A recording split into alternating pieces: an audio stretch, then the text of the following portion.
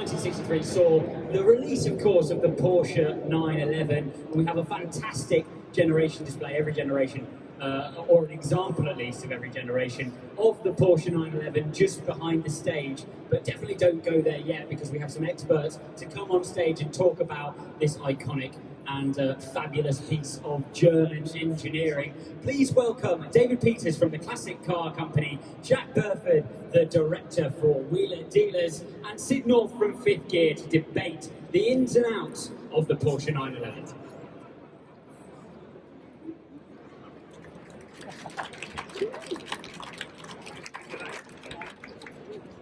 So we're back in 1963. The 356 has done its job. We're moving through to something that the Porsche are going to call the 901, except they can't call it the 901 because Peugeot are not very happy with that. They've got the copyright on 206 or 408 or anything with an O in the middle. It gets called the 911 and takes off into the distance to become the fantastic lineage of sports cars we see today, David. But the early 70s, really, by so many, is seen as the golden period for this car, in terms of sales, in terms of values, in terms of ownership. Why do you think that is? Probably due to the purity of the drive, really. Just the way the car feels on the road, the way it puts the power down, steering. I mean, it's just the early design. It's what the car was built to do. And generally speaking, the people that buy these cars, they are, it's not fair to say that they are the real drivers, because everybody that drives their cars drives them. But you know, they're people that are going to want a car that's a bit more robust and they can tuck it around the roads. And it's when they're at full chat and they're at 3, 4, 5,000 revs and screaming through the gears. That's when they're at their best. That's the joy of them.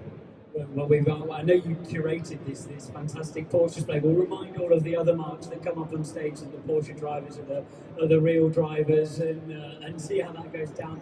Jack, do you agree that that's the iconic 911, the 70s car? Actually, no. I did think that for a very long time. Probably about until about a year ago, and then the G body. I just saw it in a completely new light. And to me, that's the car. The narrow body, the 373s, they become so rarefied. You can mistake them for 912 if you don't know what you're looking at. But that G-body 911, especially the Guards Red that we have here, that's what you drew as a kid. That was the poster you had on the wall. And actually, of all the cars out in that wonderful display, to me, that's one that stands out. So I would say the G-body was the iconic one. Sid, you're so used to driving, evaluating modern motors for Fifth Gear. You described these air-cooled Porsches to me backstage as good for the era. Do you think they stand up to the experience of driving a modern Porsche? You know, a 992 sports car. I know it's a very different experience, but do you think that the driving experience is good enough to consider them the iconic cars of the model line? Yeah, absolutely. I mean, I've been lucky enough to drive some G-body 911s, and when you compare it to 911s, 992s of today, yeah, there's a lot of evolution in the way it drives. But obviously they're older cars, but if you enjoy driving and you like the feel of driving, yeah, they're still enjoyable. In my opinion, yeah, obviously it's rear engine. Can argue that could be a flaw point in the 911, but I think that's what makes them iconic and special. But you know, moving through, you look at some of these 70s cars, and they're operating, up above £100,000 in terms of purchase value, and then you look at something like a 996, which you can pick up for 10 grand or just over. I know, there's a difference in the way that these cars are.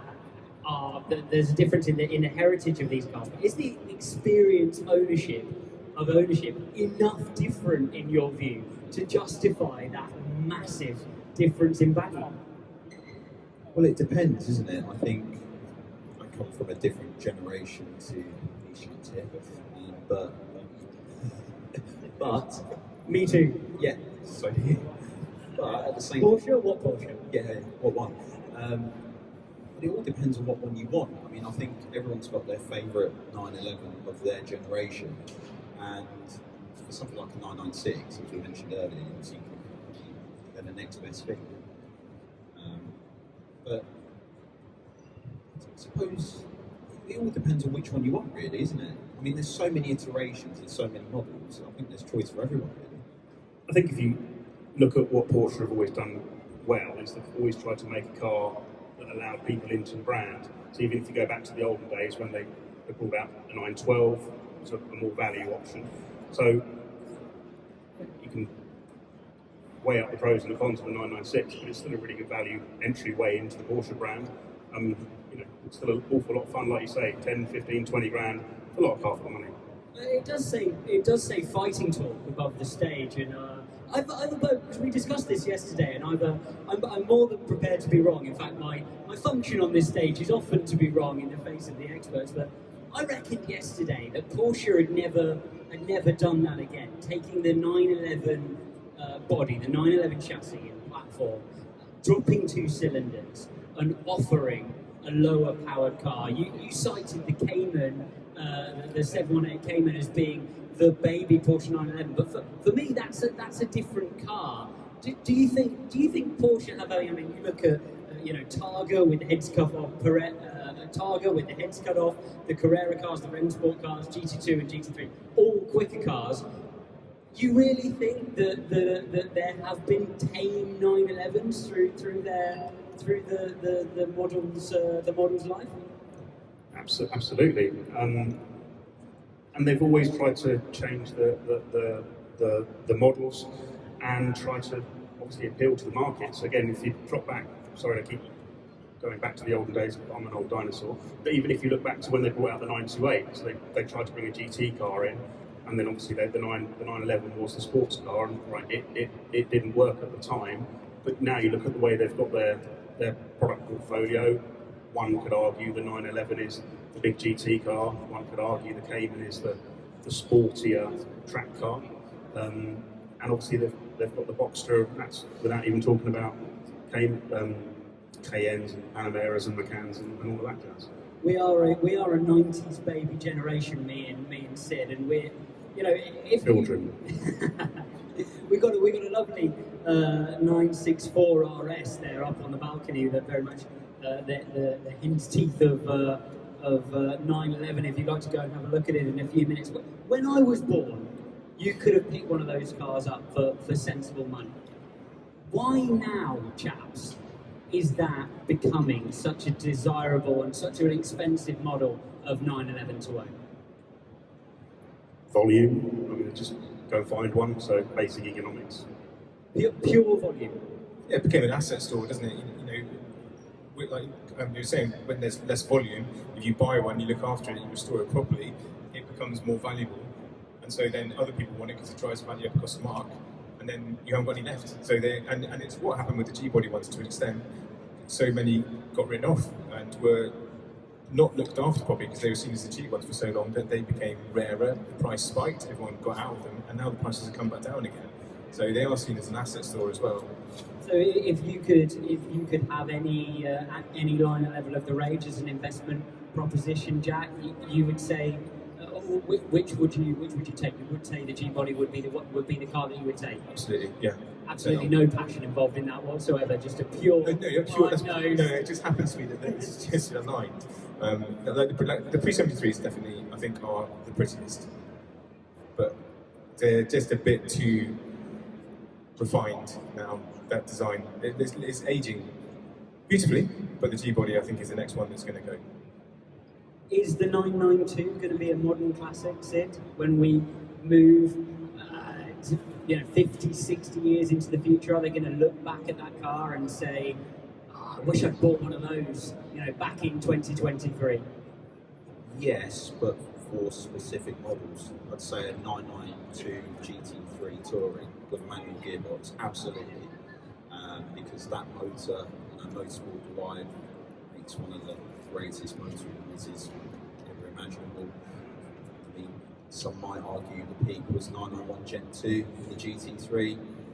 But yeah, when everything goes electric, we'll look back at, in my opinion, that particular car and say that was the peak.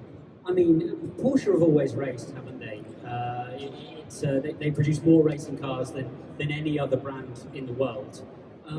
It is interesting when you look at a model line and a mark line like the 911. Electrification is so prevalent, even in Porsche's own racing programs now in Formula E. What do you think that means for the 911 moving forward? Could it be the death of the model line if electrification just doesn't suit that shape of car? Well, in case you haven't seen in the news, Porsche have been investing a lot of money into alternative sources of fuel, and they're going to try their best to keep an internal combustion engine for the 911. Not sure whether that will be fueled by petrol.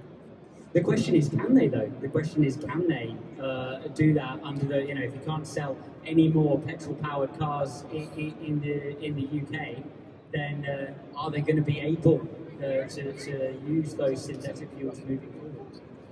I don't know yet. That's the thing. I'm hoping there'll still be an engine. I think we all are.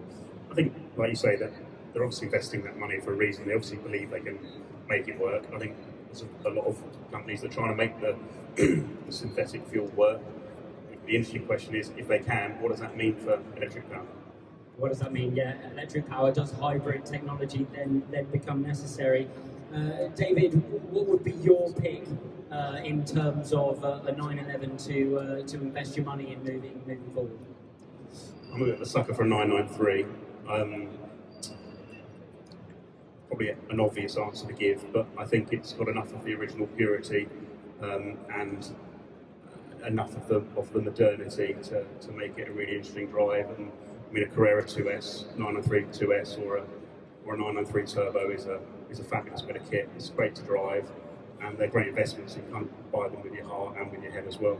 You don't think as a modern audience are growing older, there'll be more and more potential consumers at the peak of their buying power that basically no longer remember an air-cooled Porsche, and as far as they're concerned, a Porsche is a 996 onwards, and so actually investing your money in this stage into a 996 while they're at their slump of value is going to reap the dividends moving forward.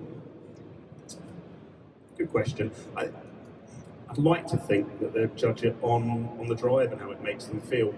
And I think if someone can drive a 996 and then drive an early car, and whatever they feel is more sort of pertinent for them. I mean, I can't see how anyone could drive a 996 in an early car and think the 996 is more fun. I think they need to get their heads into, but that's the difference. It's the different feel of the different sort of electric steering and the different feel of how it puts its power down, and the rawness of a carburetor tuned car. But that's for the driver to pick. I think Vicky said it very well when we were on the stage yesterday. I don't think people really care whether their car is air cooled or water cooled. As long as it gets cooled and doesn't blow up, they're pretty happy. But it's how it feels, right? It's what the road is telling you through the steering wheel. It's what the gearbox is telling you through your hand, and it's how direct your foot feels to the engine. Well, it's actually a more expansive point, though, isn't it, than you think, that as long as it gets cooled and doesn't blow up, because so many of these old cars do blow up so much of the time. What do you think is the first Porsche in the model line where I can walk down into my garage, I can twist the key, and I can be absolutely sure I'm going to make it to work on time? Genuinely think a 993 will do that. I think they are robust enough. If that is still a bit too classic for people, a 997 is also a really good car. It's a really good buy. It's really what Porsche wanted to build if they weren't rushing to get the 996 out. They dined out most of the issues with the 997. I think if you get a really well-spec'd 997 GTS, I mean, even if you're not, a really sort of serious driver and you just have it with a Tiptronic box, it's a pretty great car, pretty bulletproof bit of kit. Jack, Sid and I were talking before we came on about basically in the UK, the unavailability of, or the lack of availability of a good manual sports car, just in the basis, you're kind of so aggressively forced towards, the use of the PDK, and I guess most of the customer base want to use that. Do you think the previous generations of more manual heavy cars are gonna lose value, are gonna lose prominence because people straight can't drive them on the modern roads today? I don't think they'll lose value necessarily. I mean, it's something that we touched on earlier.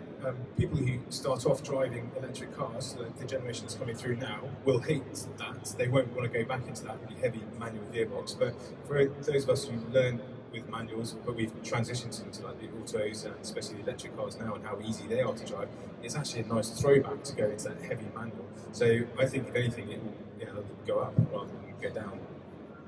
Gentlemen, it's been fascinating to take an exploration through the world of Porsche. Thank you so much for educating us on the various model lines. Ladies and gentlemen, David Peters, Jack Burford, Sid North, thanks so much for joining us.